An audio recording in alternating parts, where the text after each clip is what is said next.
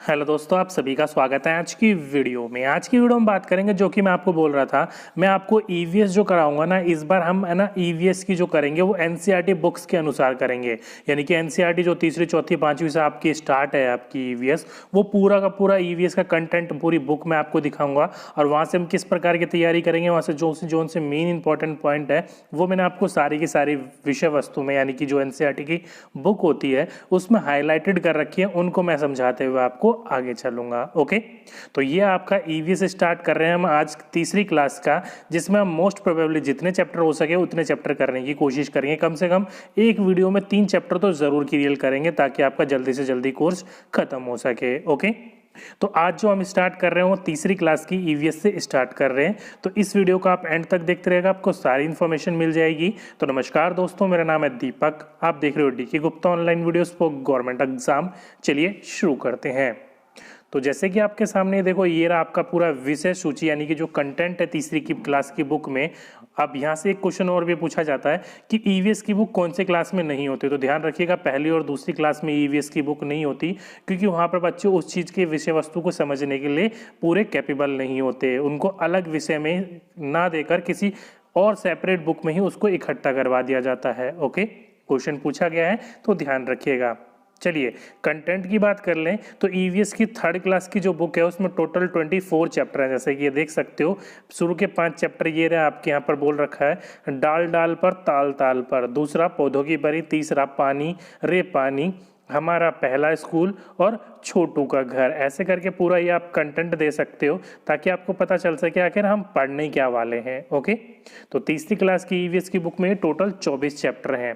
तो इसमें से हम कम से कम आज 3 चैप्टर कंप्लीट करने की कोशिश करेंगे। अगर ऐसा करें तो हमारा 6-7 दिन के अंदर अंदर आपका ये पूरी की पूरी बुक कंप्लीट हो जाएगी। यानी कि मुश्किल से 1.5 से 2 महीने कम लगेंगे और आपकी सारी की सारी चीज़ें कंप्लीट हो जाएगी। ओके, तो चलिए आज अपना पहला चैप्टर स्टार्ट करते हैं यहाँ से, जो कि आपका डाल डाल पर ताल ताल पर। तो ये रहा आज का अपना पहला चैप्टर, डाल डाल पर ताल ताल पर। ओके, अब ये पूरा का पूरा चैप्टर पढ़ने की हमें कोई ज़रूरत नहीं है, मैंने आपके लिए सारी चीज़ें हाईलाइट कर रखी हैं। और ध्यान रखिएगा, हम यहाँ पर है ना जो कंटेंट होता है ईवीएस का 15 नंबर का वो भी तैयार होगा यहाँ से, और ईवीएस की पेडागोजी जो 15 नंबर की होती है वो भी तैयार होगा यहाँ से। सारी चीज़ें यहाँ पर दे रखी है, इसलिए मैं आपको इस बार एनसीईआरटी बुक्स के अनुसार ईवीएस पढ़ा रहा हूँ। ओके, तो पहला पॉइंट हाईलाइटेड देखो यहाँ पर ये रहा आपका, कि बोल रखा है कि बच्चे अपने आसपास के लोगों और चीज़ों को देखकर समझकर बहुत कुछ सीखते हैं। इस अध्ययन से भी कक्षा के बाहर की दुनिया का अवलोकन करवाया जाए, कक्षा में बैठकर केवल पढ़ा ना जाए। तो यहाँ पर आपने देखा होगा, आपका एक अधिकतर क्वेश्चन पूछा जाता रहता है कि बच्चों को किस प्रकार से पढ़ाना है, समझाना चाहिए। तो ध्यान रखिएगा, किताब में लिखी हुई चीज़ों को ही केवल नहीं पढ़ाना चाहिए, बल्कि बच्चों को क्या करना चाहिए, कक्षा में बैठा कर ना केवल पढ़ाना चाहिए बल्कि उन्हें बाहर भी ले जाया जाना चाहिए, दुनिया का उनका अवलोकन भी करवाया जाना चाहिए। ओके, जो कि अधिकतर आप देखते हो कि किताब में लिखी हुई चीज़ों को हमें क्या करना है, अपनी असल ज़िंदगी में बाहर की दुनिया से कोरिलेट करते हुए, समझाते हुए चलना है। तो ये देखो पहला पॉइंट ही आपका किस चीज़ का आ गया, पेडागोजी का। जैसे कि देखो पूरे का पूरा जो इन्होंने एनसीईआरटी बुक्स में डायग्राम दे रखा है कि कैसे कैसे डाल पर अपनी चींटियां हैं, बंदर है, अलग अलग जीव जंतुओं के बारे में बता रखा है। तो ये जीव जंतु केवल हमें बुक में ही नहीं देखना, बल्कि बाहर की दुनिया में ले जाकर बच्चों को दिखाना है और समझाना भी है। ओके, इसलिए कहा जाता है कि बच्चों को केवल बुक तक ही सीमित ना रखा जाए, बाहर की दुनिया से भी उनको सीखने का उन्हें अवसर दिया जाना चाहिए। चलिए नेक्स्ट पॉइंट की ओर चलते हैं। यहाँ पर भी आपका एक पेडागोजी पॉइंट दे रखा है कि किताब में जानवर शब्द का इस्तेमाल सभी तरह के जानवर जैसे कि कीड़े, पक्षी, स्तनधारी आदियों के लिए किया गया है। ऐसा क्यों किया गया, जैसे कि चित्र में आप देख रहे हो कि यहाँ भैंस भी है, कछुआ भी है, बगुला भी है, मेंढक भी है, पानी के भी जीव हैं और ज़मीन के भी जीव हैं, जैसे कि बकरी वगैरह भी है। तो इन सभी चीज़ों को बच्चे क्या करते हैं, क्या कहते हैं, जानवर कहते हैं, ना कि कीड़ों को कीड़ा, पक्षी को पक्षी, स्तनधारी को स्तनधारी। ऐसा बच्चे यहाँ पर नहीं जानते। क्यों? क्योंकि अभी बच्चे क्या हैं, छोटी क्लास के बच्चे हैं, इसलिए इन सभी चीज़ को एक चीज़ में मैनेज कर लेते हैं, वो जानवर बोल के। ओके, आगे बोल रखा है, इस उम्र के में बच्चे कीड़े मकोड़े या सांप और छिपकली का अधिक बारीकी से वर्गीकरण नहीं कर सकते। आप भी पता करें कि बच्चे जानवर शब्द से क्या समझते हैं। बच्चों को विभिन्न जानवरों की और जानकारी इकट्ठा करने के लिए प्रेरित करें। देखो मैंने अभी आपको वही चीज़ समझाई कि बच्चा है ना अलग अलग चीज़ों को नहीं समझ सकता कि कीड़े मकोड़े में कौन आते हैं, सांप में कहाँ आते हैं, छिपकली कहाँ आती है, भैंस किस में आते हैं। तो ऐसे करके अलग अलग, जैसे कि आप कीड़े पक्षी स्तनधारी हम तो समझ लेते हैं, लेकिन बच्चा कौन सी क्लास में है, तीसरी क्लास में। कितने वर्ष का हो सकता है बच्चा, 8 वर्ष का हो सकता है। ओके, इसलिए यहाँ पर ये बच्चा इन चीज़ों को ना समझकर वो सारी चीज़ को किससे कोरिलेट करता है, एक शब्द जानवर से। तो उसी चीज़ को समझने के लिए बच्चे को ऐसा करता है, और बाद में उसको इकट्ठा करने के लिए, मतलब अलग अलग चीज़ों को समझने के लिए हमें क्या करना चाहिए, बच्चे को प्रेरित करना चाहिए। ओके, पेडागोजी यहाँ पर टर्म दे रखी है, कोई बात नहीं, पेडागोजी टर्म भी हम आपको समझाते हुए चलूंगा। चलिए आगे की ओर चलते हैं। यहाँ पर भी आपका एक और पेडागोजी आ रखा है टर्म। देखो क्या लिख रखा है, जानवर के रंग, रूप, चाल, आवाज़ आदि देखना तथा उनकी नकल करना बच्चों को बहुत रोचक लगता है। जानवरों की विविधता देखकर उनके अलग अलग समूह बनाने से ही वर्गीकरण की शुरुआत होती है। मतलब बच्चे को यहाँ पर देखो, बच्चे का रंग, जो जानवर होता है उसका रंग, रूप, चाल, आवाज़ जो होती है वो बच्चों को बहुत पसंद होती है। तो उसी के अनुसार आप बच्चों को समझा सकते हो कि जलीय जीव कौन से होते हैं, स्तनधारी कौन से होते हैं, पक्षी किन्हें कहा जाता है, कीड़े मकोड़े किन्हें कहा जाता है, क्योंकि सब चीज़ों की क्या होती है, आवाज़ अलग अलग होती है। इसलिए बच्चे को अगर पूछा जाए कि विविधता किस प्रकार से समझाना चाहिए, तो रंग, रूप, चाल, आवाज़ के अनुसार बच्चे को उन चीज़ों की विविधता का सिखाना हम शुरुआत कर सकते हैं। साफ लिख रखा है यहाँ पर कि विविधता देखकर उनके अलग अलग समूह बनाने का वर्गीकरण की शुरुआत होती है यहाँ से। ओके, तो ध्यान रखिएगा इस पॉइंट को। नेक्स्ट पॉइंट की ओर चलें, तो नेक्स्ट पॉइंट में आपका आगे की तरफ दे रखा है यहाँ पर। देखो यहाँ पर कुछ जिसे आप बोल सकते हो, दोहा बोल सकते हो, या फिर हमारे जो कविताएं लिखी रहती थी वो बोल सकते हो। आपके कुछ यहाँ पर 6 लिखी गई हैं जिन्हें हम पहेलियाँ कहते हैं। ओके, तो यहाँ पर देखो हाईलाइटेड पॉइंट में बोल रखा है कि पहेली 6 का आधार पंचतंत्र की कहानी खरगोश और कछुए से है। कहानी सुनकर बच्चों को पंचतंत्र की और कहानी पढ़ने के लिए प्रेरित करें। तो छठा पहेली कौन सी है, तो छठा पहेली ये है कि धीमे चाल से चलता जाऊं, दौड़ में फिर भी जीत में पाऊं। तो ये कौन सा है, आप सभी को पता, हमने पंचतंत्र की कहानियां तो या फिर कहीं ना कहीं टेलीविजन में पढ़ा है। कछुए और खरगोश की कहानी के बारे में कहा गया है। तो ये कहानी किस चीज़ से ली गई है, पंचतंत्र की कहानी है। तो ये क्वेश्चन भी पूछा गया था कि खरगोश और कछुए की कहानी कौन सी किताब का है, तो ये पंचतंत्र की कहानियों की है। ओके, वैसे कुछ और पहेलियाँ जैसे कि देख सकते हो कि बारिश के बाद नज़र में आऊं, पाँव नहीं पर रेंगता जाऊं, या फिर टर टर टर की रट लगाऊं, फुदक फुदक पानी में जाऊं। ऐसे करके अलग अलग आपकी पहेलियाँ दे रखी है, और सभी को पता हम बचपन में सारी चीज़ें पढ़ते थे। ओके, तो यहाँ पर पॉइंट में ध्यान रखने की बात यह है कि खरगोश और कछुए की कहानी कहाँ से ली गई है, पंचतंत्र की बुक से ली गई है। आगे चलें तो आपके आगे यहाँ पर एक पॉइंट लिख रखा है आपका पेडागोजी टर्म का कि बच्चों को सृजनात्मक गतिविधि जैसे कि उंगलियों और अंगूठों पर रंग लगाकर चित्र बनाना अच्छा लगता है। उन्हें अपनी इच्छा से अलग अलग तरह के डिज़ाइन बनाने के लिए प्रेरित करें। जैसे कि डायग्राम में आप देख सकते हो कि अलग अलग अंगूठों के निशान हैं, उंगलियों के निशान से कुत्ते, तितली, मोर वगैरह बनाए गए हैं। ऐसा क्यों, क्योंकि बच्चे के अंदर जो भी आपकी सृजनात्मक गतिविधि है, मतलब जो भी उसके क्रिएटिव थॉट्स हैं, थिंकिंग है, उन चीज़ों को उभारने के लिए ऐसी चीज़ों का सहारा लिया जाता है। ओके, तो ध्यान रखिएगा बच्चे के अंदर जितनी भी सृजनात्मक गतिविधियां हैं उनको बाहर लाने के लिए बच्चों को प्रोत्साहित करना चाहिए, उनको आगे की ओर लाना चाहिए। ओके, चलिए आगे की तरफ चलते हैं। कुछ और पॉइंट है, तो यहाँ पर एक और पॉइंट दे रखा है कि बच्चों को प्रोत्साहित करें कि वह जानवरों को ध्यान से देखें और अपने मन में चित्र बनाएं। समूह में चित्र बनाने में बच्चों को सहायता की आवश्यकता हो सकती है। अब यहाँ पर बच्चों को क्या प्रेरित कर रहे हैं हम कि जानवरों को ध्यान से देखें और मन में उनका चित्र बनाएं कि बच्चा जो जानवर है वो किस प्रकार का है। जैसे कि एक चिड़िया होती है वो कैसा होता है, हाथी कैसा होता है, अलग अलग प्रकार से बच्चे अपने मन में इन चीज़ों को जाने, जिससे बच्चा क्या करेगा, उन चीज़ों के प्रति संवेदनशीलता बढ़ेगी और उस चीज़ को वो समझ पाएगा। ओके, चलिए नेक्स्ट पेज की ओर चलते हैं। नेक्स्ट पेज में कोई आपका पॉइंट है तो है आपका जिक्सो का खेल। एक यहाँ से बहुत इंपॉर्टेंट पॉइंट पूछा जाता है। सबसे पहले तो जिक्सो होता क्या है वो पूछ लिया जाता है। तो ध्यान रखिएगा, जिक्सो में किसी चित्र के ऐसे टुकड़े होते हैं कि उनको मिलाने के लिए बहुत सारा दिमाग लगाना पड़ता है, लगता है। तो आप सभी को पता है जिक्सो एक छोटे छोटे पजल की चीज़ें होती हैं। अभी मैं आपको डायग्राम भी दिखा दूंगा फॉर एग्जांपल की तरफ से। जैसे कि आप ये डायग्राम देख रहे हो, यहाँ पर जो ये वाइट वाइट लाइन दिख रही है ना, ये अलग अलग टुकड़े होते हैं, इनको अलग से जोड़ना होता है। जोड़कर जैसे कि आप देख सकते हो एक सीनरी बनाई गई है मोर के द्वारा। ओके, तो ये पूरा का पूरा जिक्सो का एक तरीके का चित्र होता है। छोटे छोटे टुकड़े होते हैं जिसमें बच्चों को जोड़कर ये चित्र बनाना होता है, जिसमें क्या लगता है, दिमाग ज़्यादा लगता है, क्योंकि छोटे बच्चे हैं, यहाँ पर जोड़ने सीखते ही वो सारी चीज़ें इसी प्रकार से वो सीखते हैं। ओके, नेक्स्ट पॉइंट लिख रखा है, देखिए, यह गतिविधि चीजों को क्रमांक अनुसार लगाने का शुरुआती कदम है। क्रमांक में लगाना बच्चों के अपने अनुभव पर निर्भर करता है। जैसे कि चूहा चिड़िया से छोटा भी हो सकता है और बड़ा भी। जानवरों के प्रति संवेदनशीलता से जुड़ी बातों पर चर्चा करवाएं। अब जैसे कि पजल में है, आपका पजल में है, पास में आपका फॉर एग्जांपल यहाँ देखो मोर पास में है और पेड़ की पत्तियां थोड़ी दूर हैं तो छोटी हैं, मोर बड़ा दिख रहा है। तो इसी प्रकार से चूहा जो होगा वो अगर आगे है तो वो छोटा भी दिख सकता है, बड़ा भी दिख सकता है। सांप अगर पीछे है तो वो छोटा या बड़ा भी दिख सकता है। इसलिए इन चीज़ों में दिमाग लगाने की ज़रूरत होती है। इसलिए बच्चों को हमें इस चीज़ के प्रति आपको क्या करना चाहिए, प्रोत्साहित करना चाहिए। ओके, तो ध्यान रखिएगा जिक्सो का खेल उसी को ही कहा जाता है। नेक्स्ट पॉइंट देखा है तो ये लास्ट पॉइंट है। आगे क्या बोल रखा है, जिक्सो के बारे में लिख रखा है कि जिक्सो ऐसा बनाया जाए कि उसमें कुछ चुनौती हो, सीधे सीधे टुकड़े ना हो, जो कि आसानी से ही जोड़े जा सकें। बच्चों को इस तरह की गतिविधि करने का मौका दें तथा उनके कामों की प्रशंसा करें। अब यहाँ पर देखो इस प्रकार की जो गतिविधि होती है उसमें ऐसा ना हो बिल्कुल सीधे सीधे टुकड़े और लगा दिए आसानी से जुड़ जाए, ऐसा भी नहीं होना चाहिए। थोड़ा सा कठिन होना चाहिए, ज़्यादा भी कठिन नहीं होना चाहिए।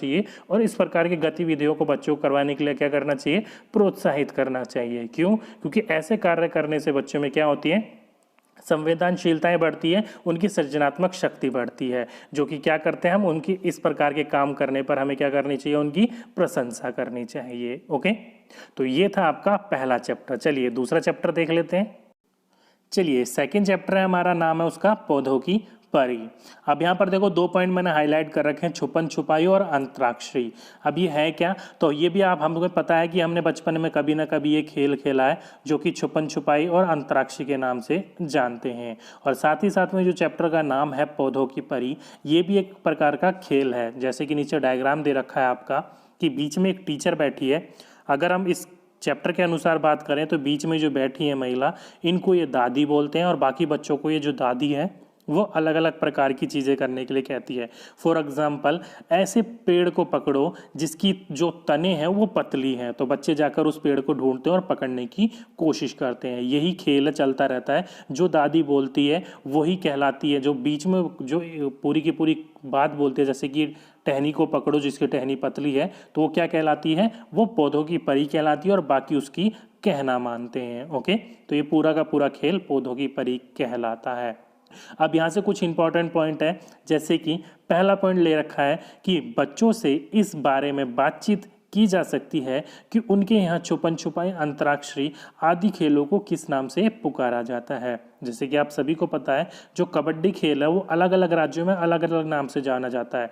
जैसे कि कोई उसे हुत्तुत्तू कहता है, कोई छू किट किट कहता है, तो अलग अलग नाम से उसको जाना जाता है, जिससे बच्चे में क्या होती है, अलग अलग भाषा के प्रति उसकी संवेदनशीलताएं बढ़ती है और उसको जानकारी मिलती है। इसलिए बच्चों से इस बारे में चर्चा की जानी चाहिए। ओके, नेक्स्ट पॉइंट की ओर चलते हैं। तो नेक्स्ट पॉइंट में देखो नीचे लिख रखा है कि बच्चे यह खेल खुद खेलकर पेड़ पौधों में पाई जाने वाली विविधता को देखकर महसूस कर पाएंगे। अलग अलग बच्चे यदि पौधों की परी बनेंगे तो अच्छा होगा, क्योंकि वह खुद वर्गीकरण का आधार चुनेंगे। जैसे कि बीच में जो दादी बैठी हुई थी, जैसे कि आपको दिखा देता हूँ, बीच में जो दादी बैठी हुई थी ये बच्चों को बोलती थी कि हम ऐसे ऐसे करो, जैसे कि उन पेड़ को चुनो जिसकी पत्ती क्या है, नोकीली है, तो वो बच्चे उस पेड़ को ढूंढने लग जाते थे। या फिर बीच में कभी फिर बोलती थी कि उन पेड़ को चुनो जिनकी पत्ती गोल है, तो ये जो बीच में जो बैठी थी इसी को ही पौधों की परी कहा जाता था, और बाकी बच्चे इनकी बातें सुनते थे। तो बच्चों को क्या करना चाहिए, बार बार दादी पौधों की परी ना बने, बल्कि बच्चों को भी पौधों की परी बनने का मौका दिया जाए, क्योंकि बच्चे भी क्या करेंगे, वो अलग अलग प्रकार की सोच के अनुसार फिर वो भी इच्छा के अनुसार जो उनके मन में चल रहा है वो सामने बच्चों के सामने प्रकट करेंगे और बच्चों को बोलेंगे कि इस प्रकार की चीज़ें करो। तो बच्चा क्या करेगा, अपने अंदर उसकी विविधताएं को देखकर, क्योंकि बच्चे के अंदर ये जानकारी होगी कि इसकी पत्तियां गोल हैं, किसके पत्ते तने पतले हैं, उन चीज़ों को देखकर वो छूने के लिए कहेगी। इसलिए कहा जाता है कि बच्चों को हमेशा वो जो पौधों की परी बनी हुई है वो हर किसी को बनने का मौका दिया जाए, ताकि बच्चे हर पौधों का वर्गीकरण क्या कर सकें, खुद चुन सकें, खुद उस चीज़ को सीख सकें। ओके, तो ध्यान रखिएगा इस बात को, बच्चों को खुद सीखने का मौका दिया जाना चाहिए। कहने का मतलब यहाँ पर इसका ये था। जैसे कि नीचे देख सकते हो पत्तों का वर्गीकरण करा गया है। किसी की पत्ती लंबी है, किसी की पत्ती गोल है, किसी की पत्ती चौकोर है, किसी की पत्ती कांटेदार है। तो पत्तों का वर्गीकरण किया गया है यहाँ पर पौधों का। ओके, नेक्स्ट पॉइंट में देखो क्या बोल रखा है कि अध्यापकों अभिभावकों के लिए संकेत का चिन्ह, बच्चे विभिन्न प्रकार के गिरे हुए पत्तों को इकट्ठा कर सकते हैं और उनके पौधों के नाम पता कर सकते हैं। अब यहाँ पर क्या बोल रखा है कि अध्यापक हो या फिर उनके पेरेंट्स हो, उनको क्या करना चाहिए, बच्चे को मोटिवेट करना चाहिए, प्रोत्साहित करना चाहिए। जो पत्ते गिरे हुए हैं उन पत्तों को इकट्ठा करें और वो जानने की कोशिश करें कि ये पत्ते जो हैं वो किन पौधों के हैं। ध्यान रखिएगा यहाँ पर गिरे हुए पत्तों की बात करी गई है, पत्तों को तोड़ने की बात नहीं करी गई है, ताकि पर्यावरण को, पौधों को नुकसान ना पहुंचे। नेक्स्ट यहाँ पर आपके पत्ते के ऊपर पूरी की पूरी एक कविता लिखी गई है। कविता से हमें कोई मतलब नहीं है, यहाँ पर कभी भी ऐसा पूछा नहीं जाएगा उस चीज़ के बारे में। ओके, बाद में बस कभी कभी आपको कविताएं दे दी जाती हैं कि इस कविता में से क्वेश्चन ढूंढो, तो वो आसानी से मिल जाते हैं। ओके, चलिए आगे पॉइंट में चलते हैं कि बच्चों को कविता गाना अच्छा लगता है, उन्हें ज़बरदस्ती याद करवाने को नहीं कहा जाए। अच्छा होगा कि सभी बच्चे कक्षा में साथ साथ गाएं। अब यहाँ पर देखो एक पॉइंट लिखा गया है कि बच्चों को कविता गाना अच्छा लगता है। तो आपसे पूछा जाए कि कविता कैसे हमें पढ़ना चाहिए, तो गाने के साथ गाना चाहिए। मतलब ऐसे नहीं कि हम उसको पढ़ने लग जाएं, ऐसे हमें पढ़ना चाहिए कि जैसे हमें क्या कर रहे हैं, कोई गाना गा रहे हैं। ओके, सुर ताल में। तो वैसे बच्चों को पढ़ना भी अच्छा लगता है और उस चीज़ को समझ भी जाते हैं, उनके माइंड में वो सारी चीज़ें आ भी जाती हैं। ओके, नेक्स्ट पॉइंट आगे देखो लिख रखा है कि कुछ पत्ते इकट्ठे करो, जैसे कि नींबू, आम, नीम, तुलसी, पुदीना, हरा धनिया। अब ऐसा मैंने यहाँ पर क्यों हाईलाइट कर रखा है, क्योंकि ये सारे के सारे आपके ऐसे हैं जो कि कीड़ों से बचाने के लिए सुगंधित आपके यहाँ पर करते हैं या फिर इनका मसालों के रूप में इस्तेमाल किया जाता है। ओके, तो डायरेक्टली पूछ लिया जाता है, तो ध्यान रखिएगा इन पत्तों के नामों को। ओके, नेक्स्ट यहाँ पर कुछ पेंटिंग्स दिखा रखी हैं। क्यों ये पेंटिंग बता रहा हूँ मैं आपको, क्योंकि आपके एक मशहूर कलाकार थे जिनका नाम था विष्णु चिलकर। तो यहाँ पर देखो लिख रखा है, जो कि कहाँ के रहने वाले थे, इंदौर मध्य प्रदेश के रहने वाले थे।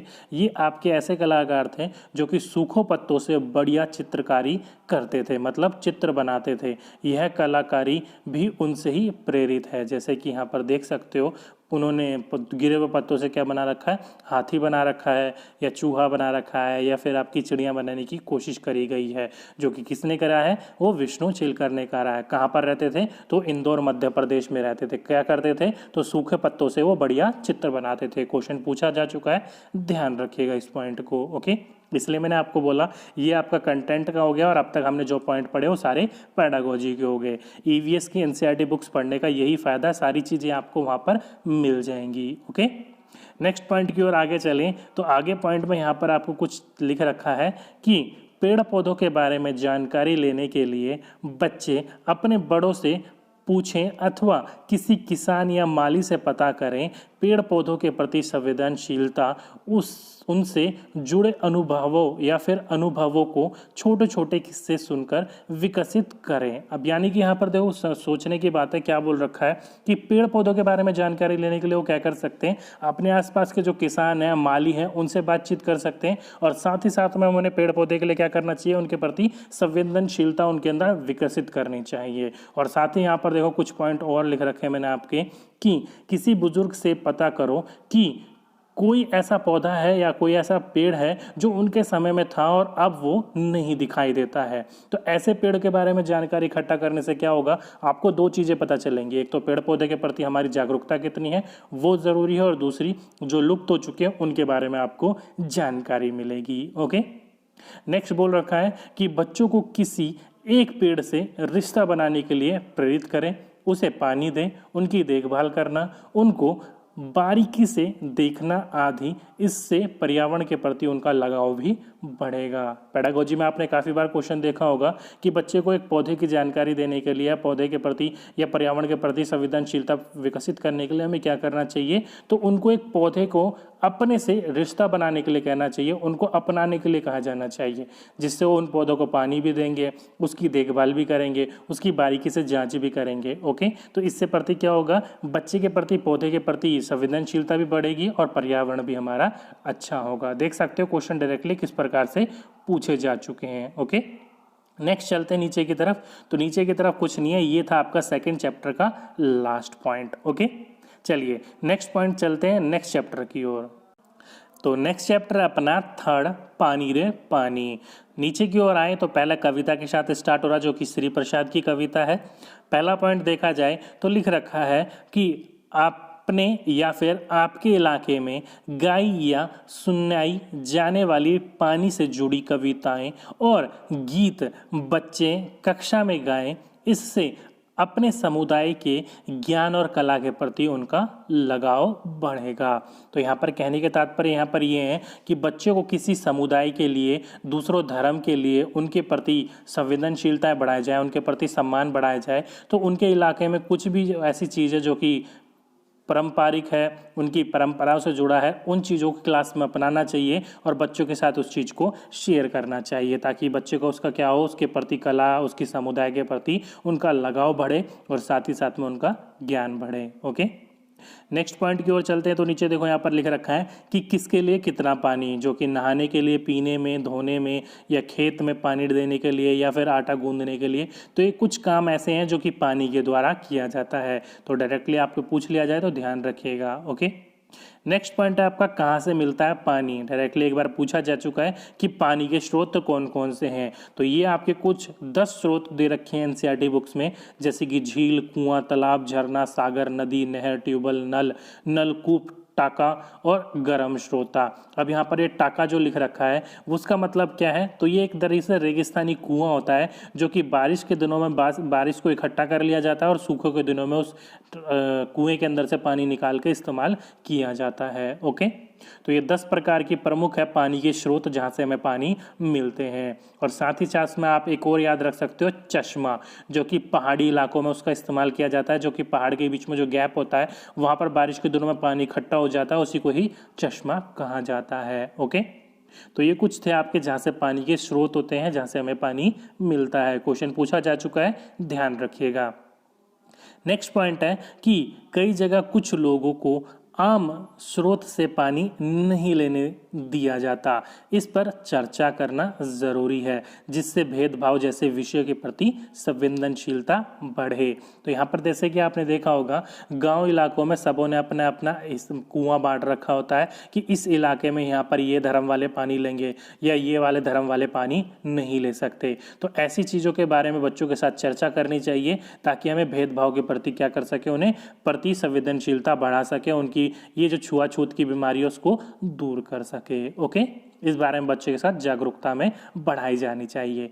ये कुछ पॉइंट आपके दे रखे हैं कि पानी हम किस चीज़ में इकट्ठा कर सकते हैं, चाहे वो बाल्टी हो, नलकूपे हो या कोई और चीज़ हो। ओके, नेक्स्ट है आपका यहाँ पर देखो एक डायग्राम दे रखा है और लिख रखा है छुटकी आपका चकराई। ये छुटकी चकराई क्या होता है, तो एक तरीके से नियम है, जैसे कि आप ये देख सकते हो, ऊपर के 2 गिलास है जो कि स्टील के गिलास में आम का पाना दिया गया है, लेकिन छुटकी जो है वो कहती है मुझे स्टील के गिलास में नहीं, कांच के गिलास में चाहिए। तो कांच के गिलास में जब देता है तो छुटकी फिर लेने से मना कर देती है, बोलती है मुझे तुम छोटे गिलास में दे रहे हो। तो वो छोटे और बड़े गिलास का, जो कि आप साइकोलॉजी में पढ़ते हो, विकेंद्रीकरण, उसको ईवीएस में क्या कहा गया है, छुटकी चकराई कहा गया है उस नियम को। ओके, नेक्स्ट यहाँ पर देखो लिख रखा है, छुटकी चकराई वाले क्रियाकल्प को करके दिखाएं, बच्चों को क्रियाकल्प करने, देखने तथा पूछने के मौके दें। क्यों? क्योंकि बच्चे के सामने जैसे ये आया है कि स्टील के गिलास लंबा था लेकिन पतला था, कांच का गिलास चौड़ा था लेकिन छोटा था,